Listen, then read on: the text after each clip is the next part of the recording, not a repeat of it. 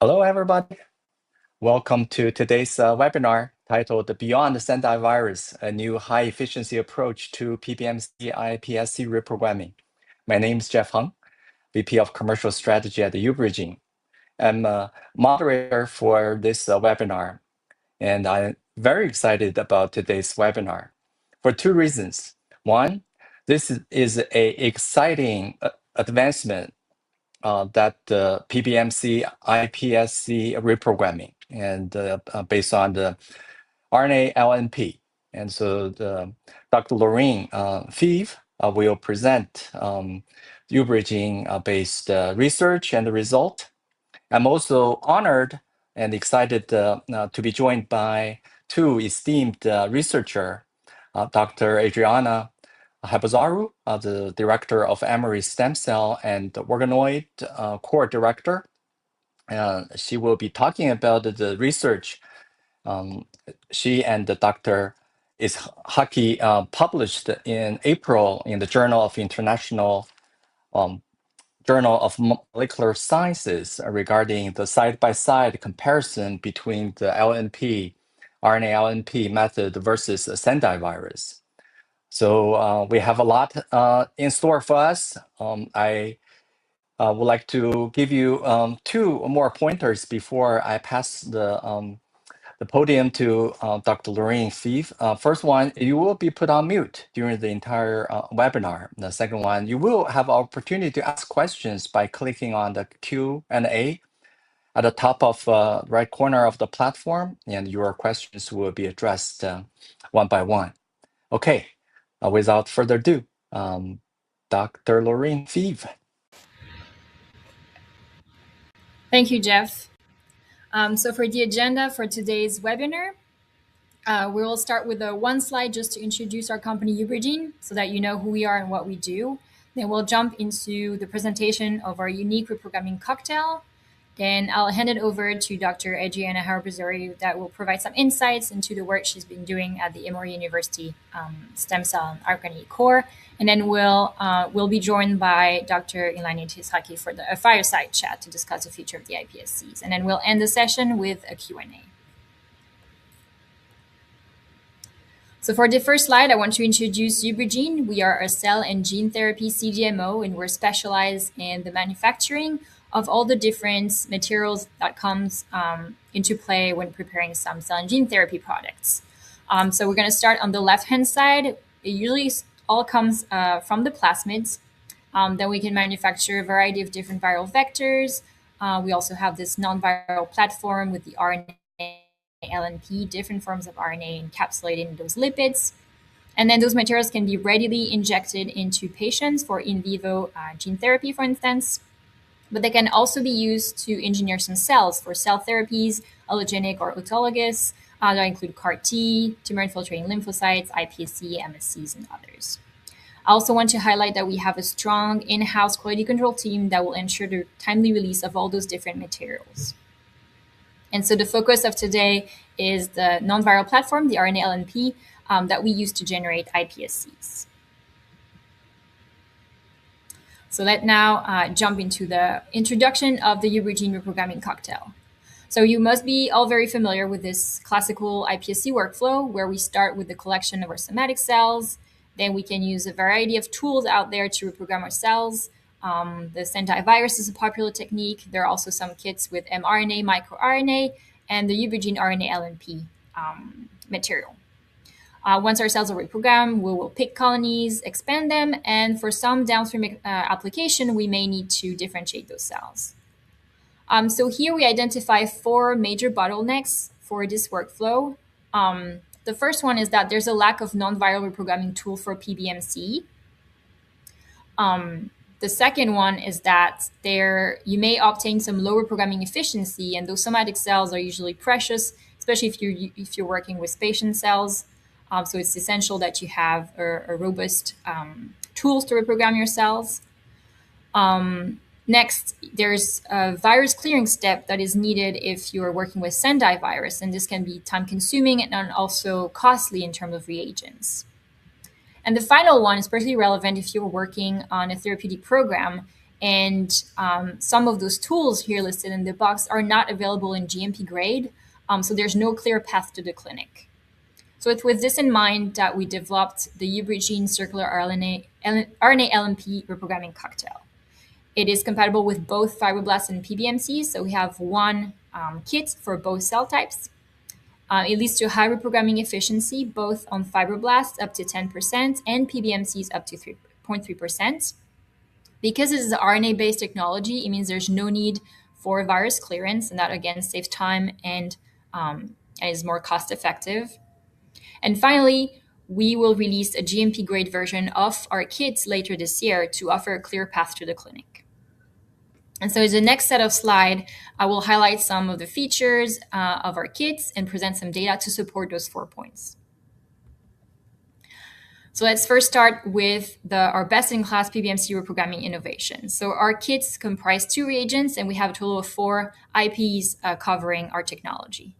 So the different components are firstly the circular RNA that will code for the reprogramming factors. Because it's circular RNA, this allows long-lasting expression. We have a proprietary manufacturing process for the circular RNAs. Then we have encapsulated the circular RNA into LNPs, into lipid nanoparticle. And this is to facilitate the workflow and administration of those reprogramming factors to the cells. If you look at the blue box here on the right-hand side, this is here on top the schematic of the circular RNA, those gray circles into the LNPs. And then when you apply this to your cell culture, your cells will absorb those LNPs through endocytosis, releasing the circular RNA in the cytoplasm, ready for translation. So if we take a look at the LNPs, we're the exclusive licensee of one of the components of our formulation, and we have a proprietary process to formulate their circular RNA into our LNPs. So again, because there's already encapsulated LNPs, this means no need for transfection or extraporation, no need to manipulate a viral vector. And the last component of our kit is this additional vial that you'll see. It's the serum-free enhancer B, again, another proprietary reagent that will improve the delivery of the LNP to the cells. So thanks to those innovations, we created that reprogramming kits compatible with both fibroblasts and PBMCs. So let's take a little step back and look at the workflow in general. So like I mentioned, it's already encapsulated in LNP, so you simply apply it to your cell culture, and that's it. The protocol is flexible, whether you choose to work with feeder-free conditions, and leads to high reprogramming efficiency, like I mentioned, up to 10% with fibroblasts, up to 0.3% with PBMCs. So in terms of the timeline, you will start before day 0 by thawing or just expanding your fresh cells. And on day 1, 2, 4, and 6, so only 4 applications during a week, you will pipette your reprogramming cocktail and enhancer B directly into the cell culture. You'll start to see some morphology change in the cells, and then you will change your media to allow for this iPSC reprogramming. You'll start seeing those colony forming as early as day 7, and they'll usually be ready to be picked around day 15. Then you can expand them, differentiate them according to your application. Here on this slide, I want to show you what you can expect in your cell culture plates. So you start with a suspension culture, and you can see that some cells will start attaching here at day 4 at the bottom of the cell culture plate. Those are those long elongated cells. At day 8, you'll be able to see this change in morphology. Those cells that attach at the bottom of the plate are starting to become more round, which is typical of those iPSCs. And then from day 10 to 13, you can see this progression. Those colonies are forming and expanding, and they will be ready to pick at day 15. Here you can see this large colony here at day 15. So again, this is a very quick process. So that is what you can see in your microscope, but we're also interested to know what happened at the molecular level. So we perform a single-cell RNA-seq experiment to follow the cell signature throughout the reprogramming. So if you can see here in this bar chart, each bar corresponds to the population breakdown in your well. So here at day 0, this is the first bar, this is your PBMC sample, and you can see this is the expected breakdown, with the majority being those T cells here in dark blue, light blue the NK cells, you have some dendritic cells, and B cells here in pink. You see there's this little change in the population for the first few days. What I really want to focus here is that on day 16, when you are picking your colonies, you can see this very clean and unique stem cell signature, showing that you do not really have spontaneous differentiation. Your sample has a really clear background. So next, I want to show some data to support the robustness of our kits. So I mentioned it's compatible with both PBMCs and fibroblasts, but I also want to mention that it's compatible with samples from aged donors and patient-derived cells as well, which can be a bit more challenging to reprogram. So if we look at the graph on the left-hand side, you can see we reprogram 20 samples. So the blue dot corresponds to female samples, green dots to male samples. On the x-axis, these are the ages of the donor, ranging from 10 to 62-year-old. And then on the y-axis, you have the number of iPSC's colonies per 100,000 PBMCs that we started from. So if you focus on the first left-hand side, you see those young donors led to more than 150 colonies in every case. And this is kind of what we expect. Typically, young donors are slightly easier to reprogram than aged donors. If you look at the right-hand side of the graph here, you see that the dots are a bit more scattered. Now, if we look at the numbers, for those 20 samples, we had reprogramming efficiencies ranging from 0.002 to 0.3%. We observe anywhere between 2 colonies or 2 bottom samples here, all the way to 300 colonies. You can see that we never fail. We always had at least 2 colonies. So that's very important, especially when you're working with patient-derived cells. You cannot always afford to have this failed experiment. You want to have those colonies for downstream applications. Now, if you look in the number of colonies generated, more than 70% of the sample led to more than 100 colonies, which is more than enough, maybe even too much for a downstream application, because every time you pick a colony, you're going to have to characterize, and this is some extensive work. Most of the time we speak to our clients, they say they expect 2 to 10 colonies. That's usually what's enough and necessary for their application. And you can see that more than 90% of the sample here produced more than 10 colonies. So here again, this really supports the robustness of the kits to show that it's sufficient with the PBMC from a range of different donors. Now on this slide, this is a little teaser for Dr. Adriana's Rosario section. Just to briefly compare the RNA-LNP method compared to the Sendai virus. I just want to highlight 2 things here. The first is the residual cleanup. Like I mentioned earlier in the bottlenecks, there's no need for this step with the RNA-LNP, so that saves a lot of time. And the second one is the background is very clean when you use the RNA-LNP method compared to the Sendai virus, where you can see sometimes some spontaneous differentiation. And if you remember the bar graph that I shared earlier, you could see this very clean IPS signature.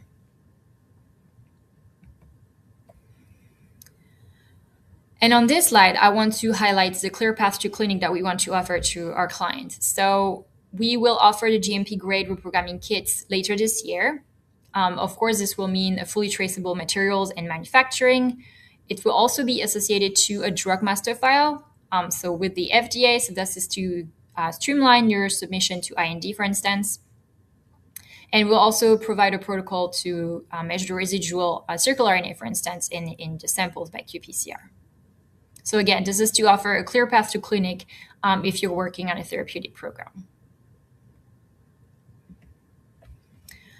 So now that I've highlighted the kit, I want to spend just a couple of slides on another product we offer, which are the iPSC banks. So ready-to-use lines. If you want to skip the reprogramming and jump directly straight to the iPSC, we also offer those products. They're both GMP and research grade. So we started with the FDA-compliant donor sourcing of fibroblasts. Here on the right-hand side, it's just a snapshot of the viral screening panel that is required in this context on the donor sample. And then we generated both clonal and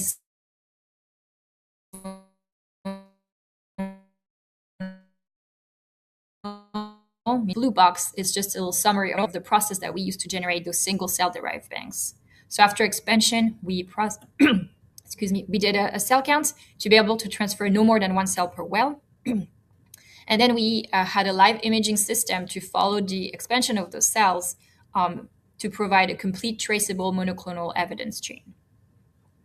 So like I mentioned, those banks are available both in research and GMP grade. So if you're working with the bank derived from clone 13, for instance, you will have it available both in GMP and research grade. If you're working with a single cell derived bank generated from cell, let's say 292, you will have it available both in research and GMP grade. And this is, again, is to offer a clear path to clinic for the researchers. If you're working on a therapeutic program, you know that your reagent, the specific cells that you're working with, are available in both grades. This is a snapshot of the QC panel for the fully characterized GMP grade iPSC bank that we offer. So we evaluated the appearance, the identity. Here on the right-hand side, you can see that we did a karyotyping to demonstrate the genome integrity of the iPSC. We evaluated the stemness marker, intracellular and extracellular. We usually use flow cytometry to do that. This is just the picture I want to share because it's prettier than FACS results. You can see a different color for those pluripotency markers. We also evaluated differentiation potential both in vitro and in vivo. And then we have also a complete safety panel spanning from sterility, mycoplasma, mycobacterium, endotoxin, and then the full viral panel as well. So now we reprogram our cells, we have our iPSCs, and for some application, we may need to differentiate them. So I just want to highlight on this slide our expertise in differentiation. So we have expertise in differentiating those iPS cells in a range of different cell types, such as neuronal, glial, retinal pigmented epithelium, liver organoids, cardiomyocyte islets, hematopoietic stem cells, mesenchymal stem cell, and chondrocytes. So I will not mention cardiomyocyte, of course, because we will hear more from Dr. Adriana Rosario and Helene Tetzraki. But I chose to show you an example, which are the islets. So the islets are complex structures. They have different cell types in it, and it's particularly relevant model as it has a therapeutic potential to treat type 1 diabetes, especially those beta cells. So here, this is an overview of the workflow to guide those cells through differentiation all the way to islets. So here we split it into 6 stages, starting with the definitive endoderm, primitive gut tube, posterior foreguts, pancreatic progenitors, pancreatic endocrine progenitors, and finally the islets. So here for the stage 1, we just wanted to share some immunostaining we did here to highlight those cells that are positive for endoderm markers, such as SOX17 and FOXA2. And at the very late stage, here wanted to highlight those different cell types, the alpha, beta, and delta cells, through those markers here, C-peptide, NKX6, PDX1, and then here for the alpha and delta cell, the C-peptide, GCG, and SST. So once we have our islet structure, we want to make sure that they're functional. So we did a set of experiments to test mostly the functionality of the beta cells, both in vitro and in vivo. And here on this slide, I want to show some results for the in vivo experiment we performed in mice. So here we had 3 conditions. The blue here, the control, are wild-type mice. Here in black, the vehicle, those are a mouse model for type 1 diabetes, which means that we ablated the beta cells and we transplanted them with just PBS, so the vehicle, or in the case of this red dots, with our iPSC-derived islets. So here on the graph, you can see the glycemia in the x-axis and the time, glycemia in the y-axis and the time on the x-axis. So we first start by administering some glucose to the mice, and then we measure glycemia over time. So if we just look at the control, we see the spike in glycemia here around 15 minutes, and then the mice are able to restore those baseline glucose level after about an hour. If we look at the black line here, the mice that were ablated with the beta cells but were transplanted with vehicle, you can see that there's a spike in glycemia here at 15 minutes again, but that the mice are struggling to kind of restore that baseline glucose level, and the level still remains quite high, above 20 millimole per liter.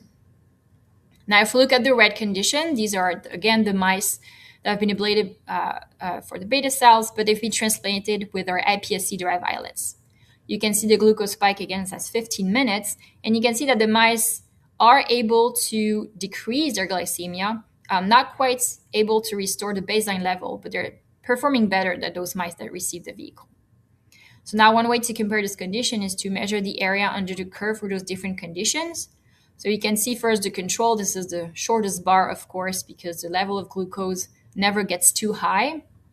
The black bar here with the mice transplanted with a vehicle is the tallest because the glucose level is actually maintained quite high throughout time. And then our transplanted mice here with our iPSC-derived islets are performing definitely better than the one transplanted with the vehicle, but not fully restoring the baseline level. But you can see there's significant, the level is significantly different for both the vehicle and the control. So because the mice that receive the iPSC-derived islets are able to reduce the glycemia, this suggests that the islets, and actually specifically the beta cells, are capable of sensing the glucose and secreting insulin and are therefore functional. So now that we talked about reprogramming cocktail, the iPSC lines, and then some differentiation example, I want to come back to our original workflow and conclude on the uBriGene cocktail by addressing again all those bottlenecks that we identified earlier in the presentation. So for the lack of non-viral reprogramming tool for PBMC, we developed the circRNA-LNP reprogramming kit that is compatible for both fibroblasts and PBMC, meaning one reagent for different cell types. Our kits leads to high reprogramming efficiencies on both cell type, fibroblasts and PBMC, up to 0.3% for PBMCs. Because our technology is RNA-based, it means there's no need for this clearance step. That means there is a lot of saving the time and also the reagent cost. And finally, we will release the GMP version for our reprogramming kits that will be also associated to a DMF, and that's for a clear path to clinic for researchers working on the therapeutic program. So thank you for your attention. Now I will hand it over to Dr. Adriana Harbazaria. Thank you, Lori, for the great presentation. It's my honor to introduce Dr. Adriana Harbazaria. She is the director of Emory Stem Cell and the Organoid Core. Without further ado, Dr. Harbazaria.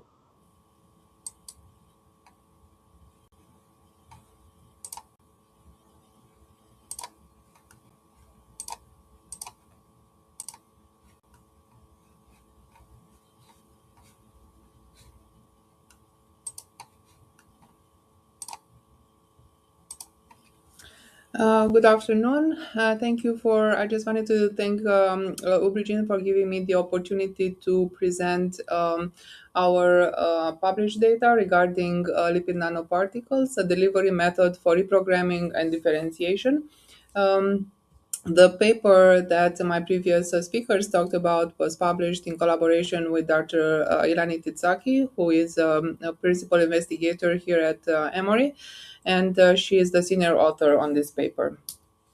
I wanted to remind you a little bit about what iPSCs are, and I'm sure all of us know what they are, but I wanted to remind you that we can use different somatic cell types to be reprogrammed, and we can use different methods to reprogram them. So here in the core, we have experience with reprogramming urine-derived cells using episomal vectors. Also, we can reprogram fibroblasts and PBMCs using Sendai virus. But we were looking into a new method to use to reprogram PBMCs without somehow the burden of having a virus that carries the reprogramming vectors. So today I'm going to talk about what we investigated about lipid nanoparticles and how we looked into how they can be used into iPSC research. Yes, we also looked at, so we wanted to compare these two methods of reprogramming, the RNA-LNP versus Sendai virus. And then we wanted to see if we can compare the differentiation potential of cells derived, the iPSC derived through these methods towards cardiomyocytes. And this is where the specialty is of Dr. Itzaki. So Dr. Itzaki is a specialist in this. As I said, the lipid nanoparticles can be, this is usually the structure that they have, and they can be used in iPSC research for reprogramming, gene editing, and differentiation. And in the clinic, as we know, can be used famously for RNA vaccine and other applications. Now we wanted to look a little bit around the advantages and disadvantages of using RNA-LNP versus Sendai virus. So using RNA-LNP, it gives you safety because it delivers RNA into the cytoplasm where it is translated into protein to induce pluripotency without altering the cell genome. It has low toxicity and high transfection efficiency for hard to reprogram somatic cells such as PBMCs, and it has good potential for scalability for commercial iPSC production. As disadvantages that we saw was a high cost and technical challenges to manufacture LNPs, but I'm sure that uBriGene can, if you want to, can explain more how they tackle this. Then transient RNA expression requires repeated readministrations, and that is also tackled in the kit. And then LNPs are taken up by endosomes, but the limited amount release RNA in the cytoplasm, which is called endosomal escape, which also can happen.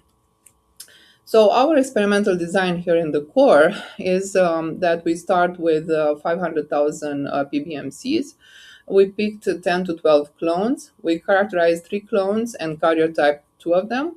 And we also do routinely STR for iPSC clones. We compare them with the PBMCs that they were derived from, and we outsource this to YCell.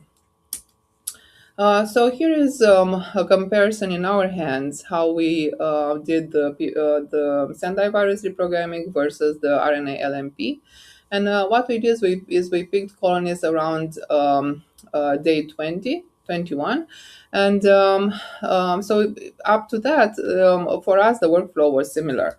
However, where the differences are, and you can see this in this workflow, so the differences are pretty evident when you look at passage by colony picking. For Sendai virus, you have to pick it up to passage 10 because you have to clear the Sendai virus, whereas that is not necessary for RNA-LNP reprogramming. Because of this delay, right, in having a cell ready to be used, then we had to do characterization at passage 11 to passage 13, whereas for RNA-LNP, you can do it starting on passage 2. We did have to look for Sendai virus detection for clearance to make sure it's cleared right after passage 11, whereas that is not necessary for the RNA-LNP method. Now, the genomic integrity was done again at different passages later, obviously, for the Sendai virus reprogramming, also the STR at later passages. The expansion, once you can expand the iPSCs derived from using Sendai virus method after passage 10, whereas you have already cells expanded after passage 4 for RNA-LNP method. And also you can start differentiation or gene editing of the iPSCs starting after passage 15 for Sendai virus reprogramming, whereas you can do that after passage 4 to passage 8 for the other method, for the RNA-LNP method. So here I wanted to take you a little bit through our workflow, how we characterize these iPSCs based on the ISSCR International Society for Stem Cell Research recommendations. So we look first at iPSC morphology. So we compared these two methods. So it's always going to be a comparison, right? So we can see here that they're very similar. The morphology of the iPSC is similar. Then we looked at, we characterized the iPSCs by looking at the markers of undifferentiated state.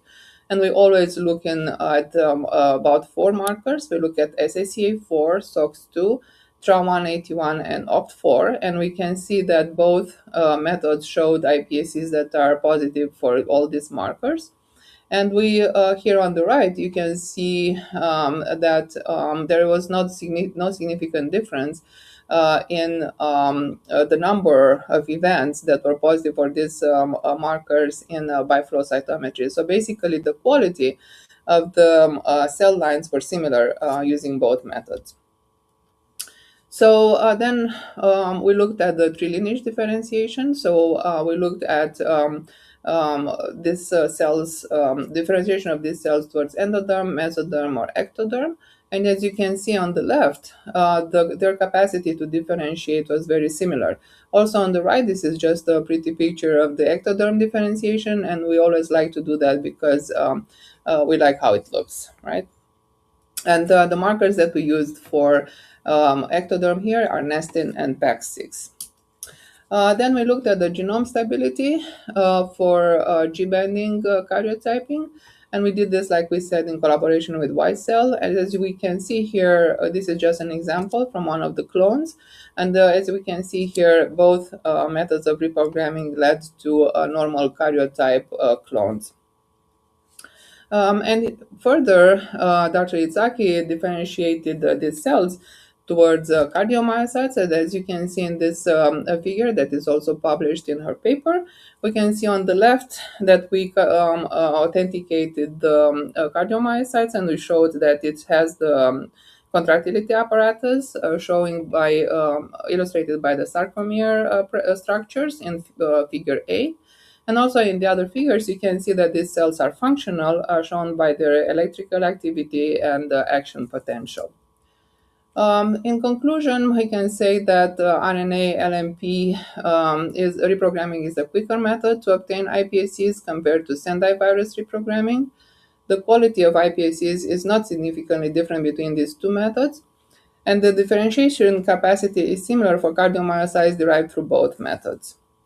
And in the end, I wanted to thank everyone here in the core, to our scientific director, who is Dr. Basel, and to the technicians that we have here in the lab. And I wanted to illustrate here on the right corner that our collaboration with Dr. Izaki is a long collaboration, and she attended one of our first workshops. So we thank her for that.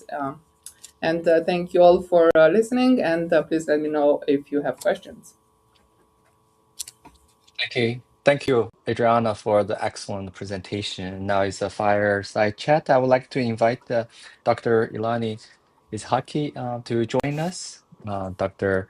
Izhaki is the principal investigator at the Emory University, is a senior author of this paper published in April on the Journal of International Journal of Molecular Sciences. Maybe I'll first ask Dr. Izhaki a question regarding the passage number. So during our preparation for this webinar, you are very excited about this short passage number or small passage number that the iPSC from the RNA-LNP derived iPSC enjoy. Can you shed some light on how you're excited? Yeah, so as a translational lab that uses iPSCs to differentiate into cardiomyocytes, and as we bank these lines, one of the advantages of iPSCs is that they can be propagated on and on if you bank them correctly. And one of the challenges is that we lose the initial passages due to the Sendai virus. So usually with Sendai virus, due to biosafety guidance, the first 10 passages we do not use in BSL-2 labs like ours.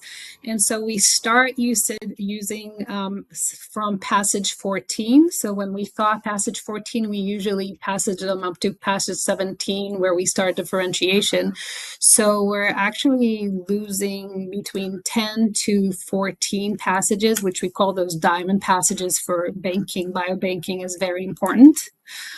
So the methods, the RNA-LNP method allows us to use these viable passages, and it allows for much more efficient and effective and safe banking. In that respect, safe, I mean, in respect that it allows us to make sure that our line is safe in regards to banking it on and on in a productive manner.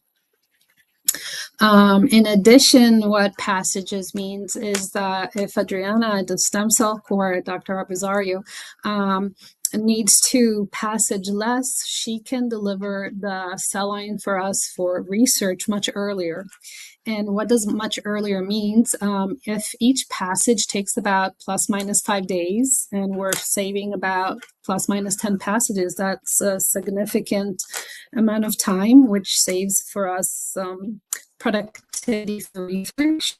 And the stem cell cores, and it saves manpower and consumables and media, because it's about like a month plus that is saved. So these are the main advantages that we saw working with the RNA-LNP method. Thank you so much. That helped me understand your excitement quite a bit. Yeah, appreciate that. I have a question for Dr. Habzarud. So you serve a lot of PIs, and many of them probably are platform agnostic, either Sendai or RNA-LNP. As long as you can give them iPSC cells, they probably are perfectly happy. What are the decision-making choices or factors influence whether they want to use Sendai or RNA-LNP? I think probably there are researchers in the audience want to explore both. What are your guidance, expert opinion? Yes, so what we see here at Emory and beyond in Georgia here is that for sometimes PIs come with and they already have some patient-derived cell lines, iPSC lines, in a small biobank, and they want to expand that. So when that happens, if the cells are reprogrammed using Sendai virus, they do not want to change the method of reprogramming.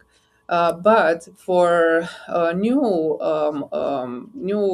biobanks that they apply for or they want to do, then this new method of RNA-LNP is very attractive because, like Dr. Hirizaki said, it is much faster, and so they get the cell lines much faster from us.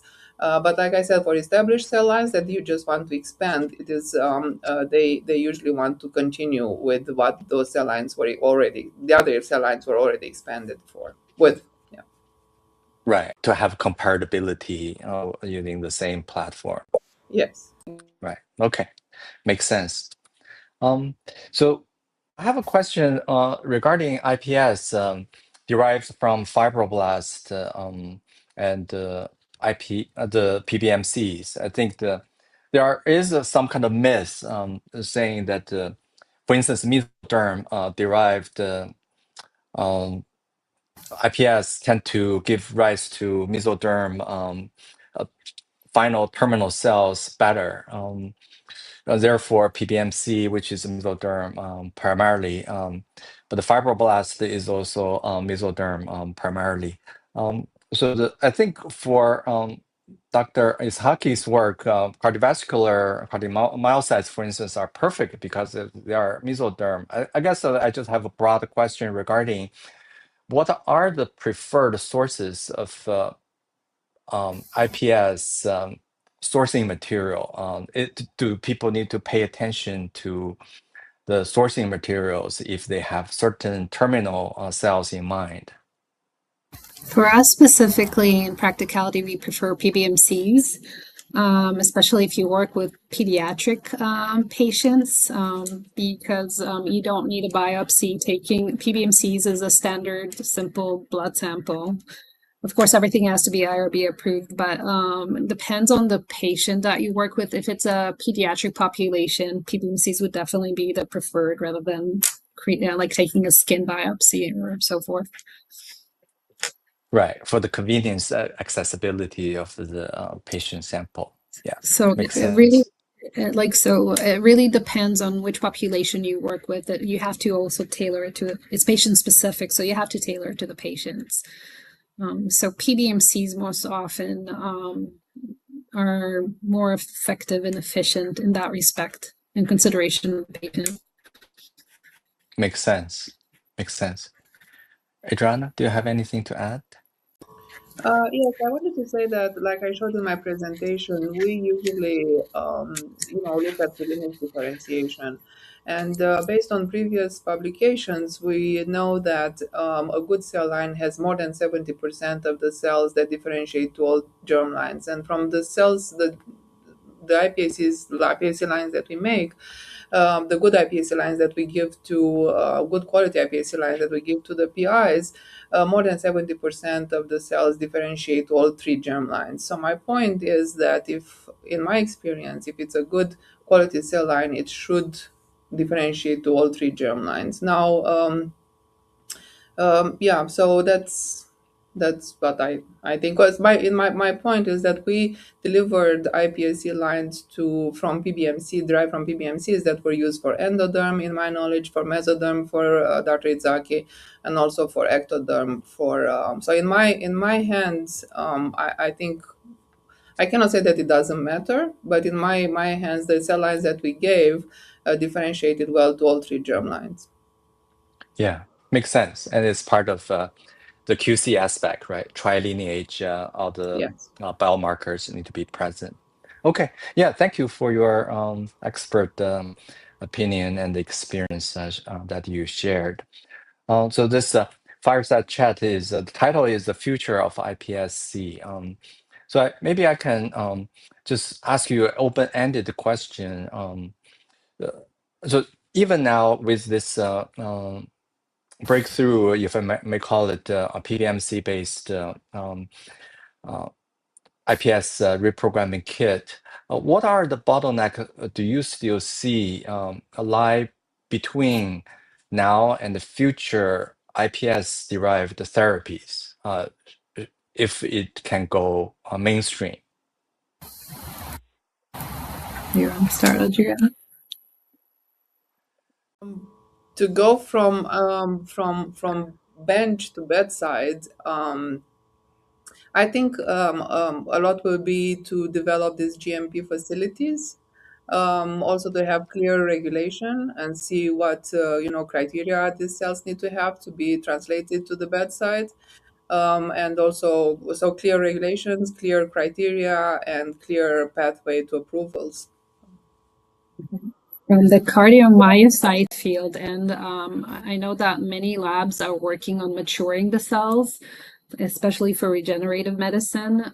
So they would not be automatic, meaning they would not create their own electricity and so forth. So many labs are working from different directions at maturing the cells for future clinical applications, whether it's through media, through physical strain, and so forth. So the field is working on it intensively, but there's still a way to go.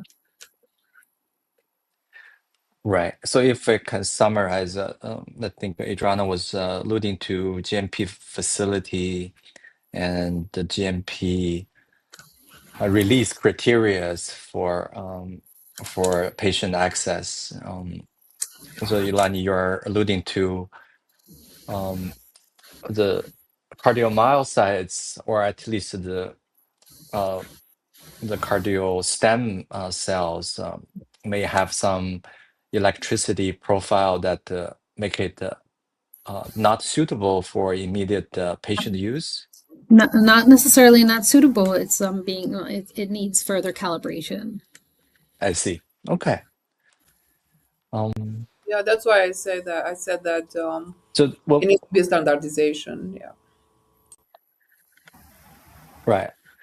Yeah. So I think when we first develop or focusing on IPS, we have a big dream, which is enabling autologous therapy, because if every person on Earth can have a companion iPSC, which can give rise to all kinds of cell modality to treat all kinds of indications, then that will be a dream come true. For this kind of autologous iPS based therapy, I think the couple bottlenecks I see is the cost, of course, and then the automation, and the eventual process that everybody or all the hospital can execute on those protocols.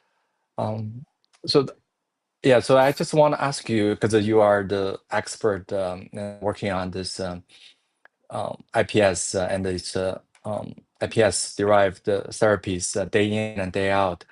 Do you see this autologous iPS-based therapy as a reality sometime in the future?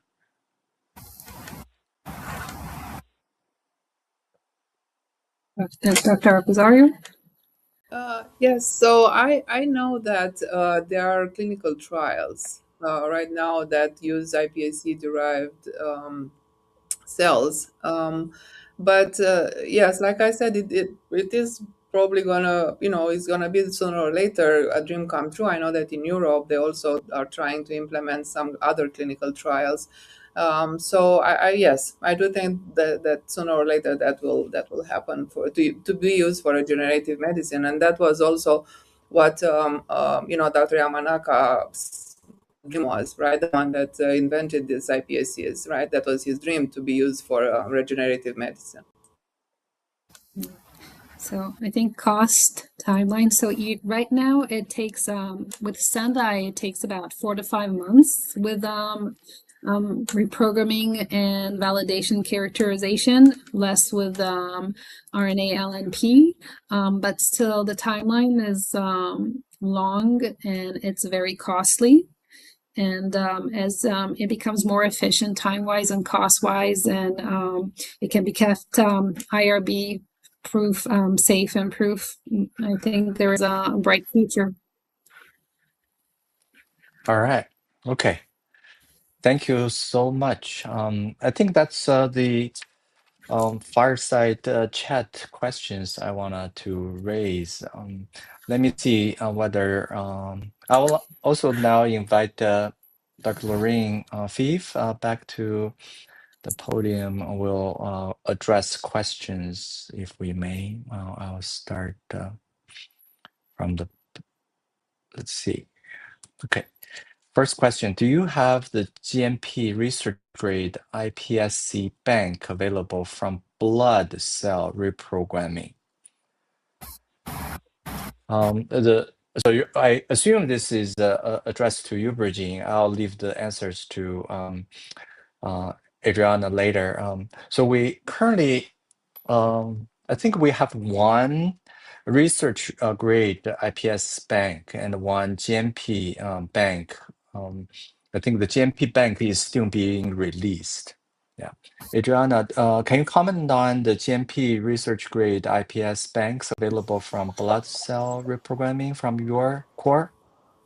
Yes, we do not have a GMP facility here at Emory. That, as you know, that requires a lot of regulation and space and dedicated personnel, and we do not have that yet here. Okay. So next question, have you seen differences in terms of efficiency of reprogramming for research use only RNA-LNP versus GMP grade RNA-LNP cocktail? So this is addressed to both Lorraine and myself. Our GMP RNA-LNP is in the making, and so we have not fully released it yet. In principle, we should not see any differences between the efficiency and the performance of a research grade versus GMP grade. Yeah. Okay, next one. What are the fees associated for the usage of GMP kit for commercial manufacturing? Yeah, so this one, we have a limited use license for research use only. If you like to have this GMP kit for commercial manufacturing, you should contact uBriGene for a commercial license. Yeah. Next one. For characterization for iPSC generated, any genome testing performed other than G bending?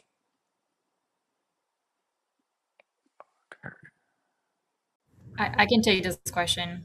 Okay. Yeah, to assess the genome integrity, we did the karyotyping by G-banding. We have not done other analysis for now, but we do have clients who did microarray to assess the CNV, and everything came back normal with no detection of abnormalities. Right. Adriana, is there any other genome testing you perform on iPSC? No, we use only G-banding karyotyping here as a routine in the core, and we have not done anything else. But if, just like you said, if the PI is asking, we can also do that. But we have not done that here yet. Okay. Okay. So I think a question, are the reprogramming protocols different for fibroblasts compared with PBMC? So the fibroblast-based iPSC reprogramming versus PBMC protocol-wise. Maybe I'll ask Adriana first. Sorry, what was the question about fibroblasts? Oh, just when you do I'm not sure you can answer that. So the fibroblast-based IPS reprogramming versus PBMC-based reprogramming, is there any protocol difference? Well, for fibroblast reprogramming, we use the Sendai virus. For PBMC's reprogramming, we also use Sendai virus, but they're a little bit different in the way you have to do that. But because you have to culture PBMCs a little bit at the beginning, for fibroblast in a different media, there are some differences, of course. Depends. Yeah. Right. Yeah, for maybe learning, you kind of address for uBriGene, because we have a RNA LNP for both fibroblasts and the PBMC. Is there any difference in protocol?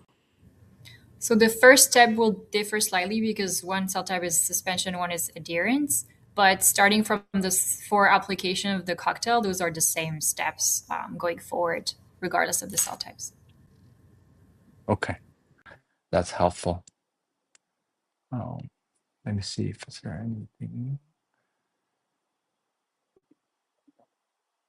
Okay, I think this one is, what medium do you use for PBMC expansion before RNA-LNP mediated reprogramming? Adriana, do you know what the medium or you use? Before reprogramming, we use for we use Tempro 34. Okay.